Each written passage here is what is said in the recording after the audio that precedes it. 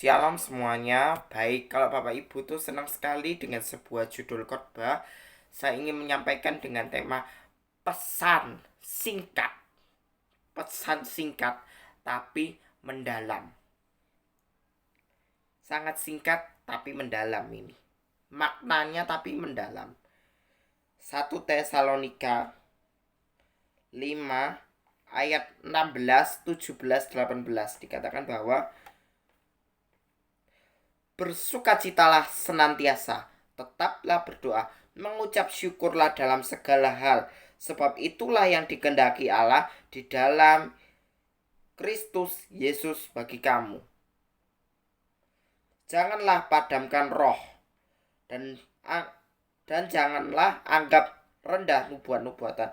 Ujilah segala sesuatu dan peganglah dengan baik. Jauhkanlah dirimu dari segala jenis kejahatan. Dari ayat 16 sampai 22 ini mengajarkan kita satu pesan yang singkat tapi bermakna yang dalam, mempunyai makna yang dalam. Saya baca lagi ya, ayat 16 dari 1 Tesalonika 5 ayat 16. Bersukacitalah senantiasa. Orang-orang yang bersukacita akan memiliki satu spirit kegembiraan, memiliki satu sukacita yang mendalam ketika kita benar-benar hidup takut akan Tuhan. Memiliki satu spirit hidup di dalam hadirat Tuhan, memancarkan satu gairah untuk menyenangkan hati Bapa. Tetaplah berdoa. Orang-orang yang betul-betul berdoa setiap hari, mengandalkan Tuhan di dalam setiap aspek kehidupannya, maka apapun yang dia kerjakan dapat berhasil dan beruntung. Dalam Yosua 1 ayat 8 dikatakan bahwa janganlah engkau lupa memperkatakan kitab Taurat ini, tetapi renungkanlah itu siang dan malam, supaya engkau bertindak hati-hati sesuai dengan segala yang tertulis di dalamnya. Sebab dengan demikian perjalananmu akan berhasil dan beruntung.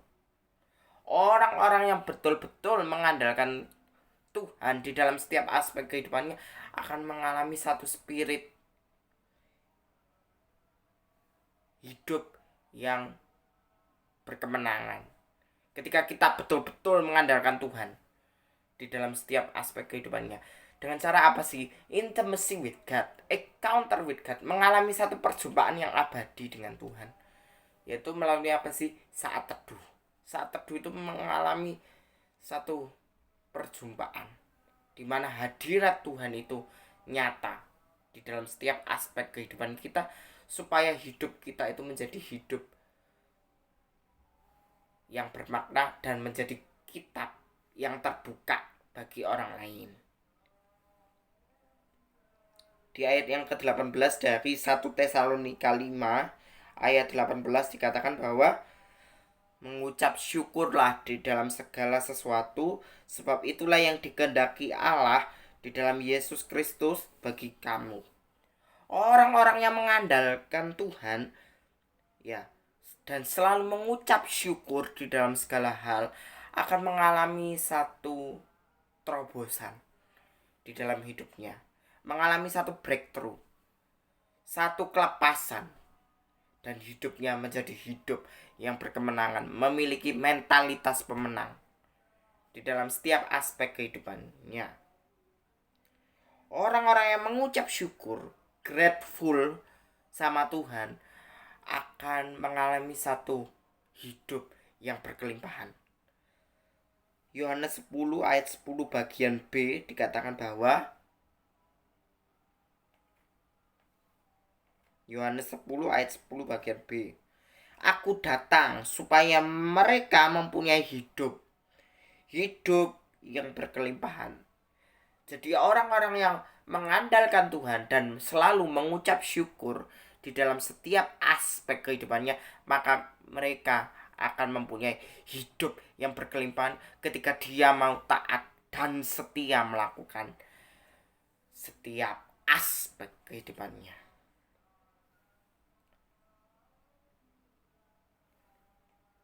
Kembali lagi di ayat yang ke-19 dikatakan bahwa janganlah padamkan roh. Orang-orang yang mengandalkan Tuhan, selalu mengucap syukur, akan mengalami satu spirit hidupnya berapi-api untuk melayani Tuhan. Jadi jangan pernah padamkan roh kita untuk selalu menyatu kepada roh Tuhan dan menuntun. Yesus akan menuntun kehidupan kita menuju sebuah kehidupan yang kekal. Dalam Roma 12 ayat 11 dikatakan bahwa janganlah hendaknya kerajinanmu kendor, biarlah rohmu itu menyala-nyala dan layanilah Tuhan. Jangan pernah padamkan spirit ini. Roh ini jangan pernah padam untuk terus melayani Tuhan di dalam setiap aspek kehidupan kita. Layanilah Tuhan. Api yang membara ini, api kerinduan ini, ya jangan pernah padam. Spirit kerinduan ini jangan pernah padam. Karena Tuhan itu ingin bahwa kita memiliki roh yang menyala-nyala dan selalu mengandalkan Tuhan di dalam setiap aspek kehidupannya supaya hidup kita menjadi hidup yang bermakna. Gitu. 1 Tesalonika 5:20 dikatakan bahwa dan janganlah anggap rendah nubuat-nubuatan. Alkitab ini mengajarkan kita fokusnya dari kitab Kejadian sampai Wahyu, sentral kehidupan kita adalah Yesus.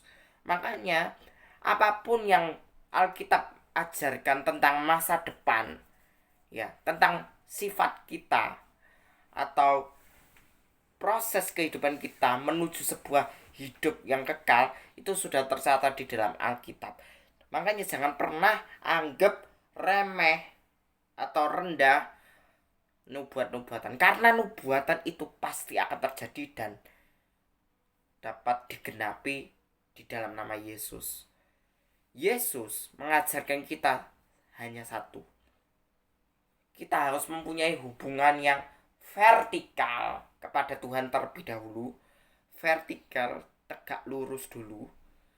Dan harus horizontal kepada sesama. Vertikal terlebih dahulu. Kalau hubunganmu sama Tuhan itu vertikal, ya, kamu selalu mengandalkan Tuhan, mengucap syukur, selalu bersuka cita, dan rohmu itu menyala-nyala, memiliki satu spirit kerinduan untuk melayani Tuhan, dan hidupmu itu akan terus dituntun sama Tuhan menuju hidup yang berkemenangan dan mempunyai masa depan yang penuh dengan harapan. Makanya jangan pernah anggap remeh tentang nubuatan dari Tuhan, karena sifatnya sesuai dengan fakta. Ujilah segala sesuatu dan peganglah dengan baik. Ujilah sesuatu dengan baik. Maksudnya gini, di dalam hidup kita banyak sekali situasi dan kondisi yang menganggap kita terhimpit oleh keadaan, gitulah istilahnya, terhimpit oleh keadaan.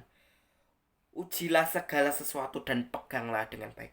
Maksudnya dalam kondisi apapun, dalam keadaan terjepit sekalipun, kita harus mau tetap berpegang penuh kepada kebenaran firman Tuhan, karena kebenaran firman Tuhan itu yang menuntun kehidupan kita menuju sebuah kesempurnaan hidup, memiliki karakter Kristus di dalam hidup kita. Dan peganglah dengan baik. Maksudnya gini, peganglah dengan baik itu, peganglah kebenaran firman Tuhan itu yang menuntun kehidupan kita menuju sebuah karakter Kristus yang lebih baik. Jauhkanlah dirimu dari segala jenis kejahatan. Maksudnya kita tidak boleh, istilahnya gini, kita tidak boleh menjadi anak-anak dunia. Tetapi kita harus memiliki satu prinsip yang benar, bahwa hidup kita ditentukan oleh kebenaran firman Tuhan. Saya ulangi, hidup kita ini ditentukan oleh apa yang Tuhan bilang dalam kehidupan kita. Dalam Roma 12 ayat 2 dikatakan bahwa janganlah kamu menjadi serupa akan dunia ini, tetapi perbaruilah.